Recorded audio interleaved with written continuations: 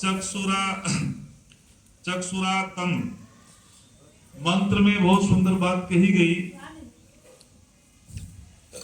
कहा गया कि जैसे प्राणी सूर्य आदि के प्रकाश में शुद्ध नेत्रों से पदार्थों को देखते हैं, वैसे ही विद्वान लोग निर्मल विज्ञान से अपने आत्मा में जगदीश्वर के आनंद स्वरूप मोक्ष पद को साक्षात करके आनंद पाते हैं।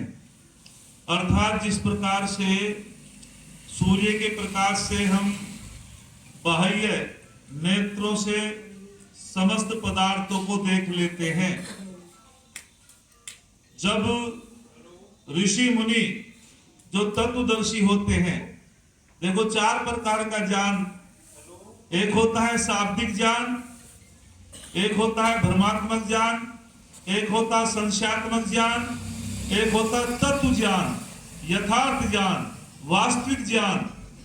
तो यहां मंत्र कहता है कि जिस प्रकार से सूर्य के प्रकाश से हम इस बाह्य जगत के पदार्थों को तो देख लेते हैं, लेकिन अपने अंतःकरण को नहीं देख सकते, परमपिता परमात्मा का साक्षात्कार बोलो नहीं कर सकते। कब तक? जब तक हमको यथार्थ ज्ञान नहीं होगा, तत्व ज्ञान नहीं होगा। जो तत्वदर्शी होते हैं वही परमपिता परमात्मा का साक्षात्कार करते हैं। तो मंत्र का भाव बहुत ऊंचा है। मैंने आपके बीच में 4 प्रकार के ज्ञान की बात बताई। जो शाब्दिक ज्ञान होता है, संशयात्मक, भ्रमात्मक, ये तीनों ज्ञान भय उत्पन्न करने वाला होता है। शाब्दिक ज्ञान हमने पढ़ तो लिया कि जुआ नहीं खेलना चाहिए, अक्षरमा दिव्य है, खेती करो, लेकिन लोग जो है पढ़ तो लेते हैं और आचरण में बात नहीं आती। ऐसा ज्ञान भय उत्पन्न करता है जिनका आचरण वेदों के अनुकूल नहीं है। हमने पढ़ा कि शराब नहीं पीनी चाहिए, शराब नहीं पिलानी चाहिए, लेकिन पीते हैं लोग, पिलाते हैं। ऐसा ज्ञान भय उत्पन्न कर देता है। जो केवल हमने शब्द तो पढ़े और आचरण में वे नहीं आए, तो उससे हमको भय, आवागमन के चक्र में हम आते रहेंगे। पुनरपि जननम पुनरपि मरणम पुनरपि जननी जठरे शयनम। अर्थात जब व्यक्ति अविद्या में फंस जाता है, उसका बार बार जन्म होता रहता है, बार बार मरण होता रहता है। एक होता है भ्रमात्मक ज्ञान। ये भ्रम उत्पन्न करने वाला ज्ञान भी भय उत्पन्न करता है। भ्रम कब होता है, जरा ध्यान देकर सुनेंगे। जब कुछ कुछ अंधेरा होता है, कुछ कुछ प्रकाश होता है, कुछ कुछ अज्ञान होता है, कुछ कुछ ज्ञान होता है। ऐसी स्थिति में व्यक्ति भ्रमित हो जाता है। पड़ी तो रस्सी और समझ लिए सांप, तो उसको वहां भय उत्पन्न हो जाता है जब भ्रम पैदा हो जाता है। और संशयात्मक ज्ञान, ये भी भय उत्पन्न करने वाला होता है, ये भी भय की तरफ ले जाने वाला होता है। संशय कब होता है? मन में कई प्रकार के विचार उत्पन्न हो जाते हैं। अरे परमात्मा की भक्ति क्यों करें? कुछ को तो विश्वास ही नहीं कि ईश्वर है भी या नहीं, क्या यज्ञ करने से हमको लाभ होगा भी या नहीं। अर्थात जब कई प्रकार के संशय उत्पन्न हो जाते हैं, संशय बुद्धि वाला व्यक्ति भी पतन की तरफ जाता है, भय की तरफ जाता है। और चौथा ज्ञान यथार्थ ज्ञान बताया, तत्व ज्ञान, अर्थात तत्व ज्ञान, वास्तविक ज्ञान। जब तत्वदर्शी योगी ऋषि मुनि जो तत्वदर्शी होते हैं, जैसा उन्होंने पढ़ा वैसा उनके आचरण में आया, वैसा उन्होंने जाना, वैसा ही माना, वो तत्वदर्शी योगी परमपिता परमात्मा का साक्षात्कार कर लेते हैं।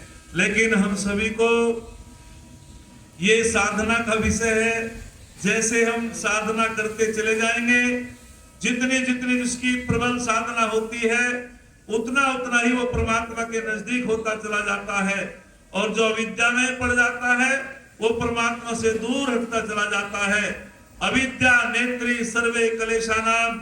अविद्या सारे दुखों की जननी है, कलेशों की जननी है। इसीलिए विद्या सा विद्या या विमुक्तये, अर्थात जो विद्या होती है वो बंधन से छुड़ा देती है, दुखों से छुड़ा देती है, कलेशों से छुड़ा देती है। तो हमको विद्या की प्राप्ति करनी ही चाहिए। जो विद्या को प्राप्त कर लेता है व्यक्ति, उसका यह लोक भी सुधर जाता है, परलोक भी सुधर जाता है।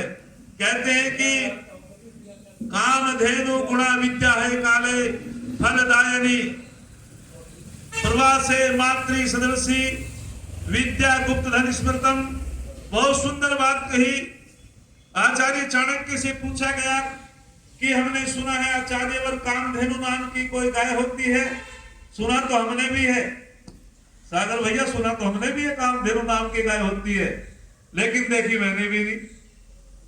तो हमसे भी पूछ लिया कि कामधेनु नाम की कोई गाय होती है जो सबकी मनोकामनाओं को पूर्ण करा देती है, सबकी इच्छाओं को पूर्ण करा देती है।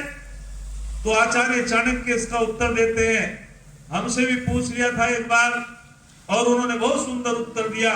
देखो, कोई गाय ऐसी नहीं हो सकती जो सबकी मनोकामनाओं को पूर्ण करा सकती है। हाँ, किसी के दूध में गुणवत्ता अधिक हो सकती है, कोई दूध अधिक देती है, लेकिन इसका उत्तर आचार्य चाणक्य देते हैं। आचार्य चाणक्य महाराज जी कहते हैं, हाँ, कामधेनु नाम की ऐसी कोई गाय तो नहीं है, लेकिन कामधेनु नाम की एक संसार के अंदर वस्तु होती है जो उसको प्राप्त कर लेता है, निश्चित रूपेण समस्त मनोकामनाएं पूर्ण हो जाती है। तो आचार्यवर कहते हैं, कामधेनु गुणा विद्या है काले। अरे, जो विद्या को प्राप्त कर लेता है उसकी समस्त मनोकामनाएं पूर्ण हो जाती है, उसकी सारी इच्छाएं बोलो पूर्ण हो जाती है। और विद्या कैसा धन है? गुप्त धन है। विद्या गुप्त धन है। विद्या माँ की तरह रक्षा करती है। जैसे माता अपने बालक की रक्षा करती है, ऐसे विद्या विदेश में रक्षा करती है। अरे, विद्या को राजा छीन नहीं सकता, चोर चुरा नहीं सकता, भाई बंटवारा नहीं कर सकता, ये गुप्त धन है। तो इसमें यही तो कहा गया, अर्थात जैसे प्राणी सूर्य आदि के प्रकाश में शुद्ध नेत्रों से पदार्थों को देखते हैं, वैसे ही विद्वान लोग निर्मल विज्ञान से अपने आत्मा में जगदीश्वर के आनंद स्वरूप मोक्ष पद को साक्षात करके आनंद पाते हैं। जैसे सूर्य के प्रकाश से हम समस्त पदार्थों को देख लेते हैं, जो विद्या को प्राप्त कर लेते हैं योगी, जो समाधि प्राप्त हो जाते हैं, वे उस परम पिता परमात्मा को प्राप्त कर लेते हैं, उसका साक्षात्कार कर लेते हैं। लेकिन हमको विज्ञान और ज्ञान अर्जित करना पड़ेगा, विद्या की प्राप्ति करनी पड़ेगी। एक बार ऋषि से पूछा कि दुख का कारण क्या है, तो ऋषि ने कहा, दुख का कारण तो जन्म है। बोले, जन्म का कारण क्या है? बोले, जन्म का कारण तो प्रवृत्ति है। प्रवृत्ति का कारण क्या है कि दोष। दोष का कारण क्या है कि मिथ्या ज्ञान, अविद्या। और फिर इसका समाधान देते हैं ऋषि। महर्षि कहते हैं कि मिथ्या ज्ञान अर्थात अविद्या में फंसा पड़ा जो विपरीत ज्ञान होता है, चेतन को जड़ समझता है, जड़ को चेतन समझता है। परमात्मा है तो चेतन, उसको हमने जड़ समझ लिया, न्याय को अन्याय